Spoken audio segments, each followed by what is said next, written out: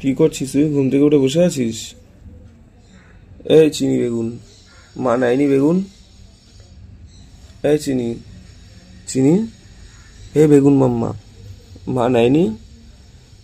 ওই জন্য শুয়ে বসে আছে ঘুম থেকে উঠে, নিচে খেলতে যাবে বলে মা নেয়নি।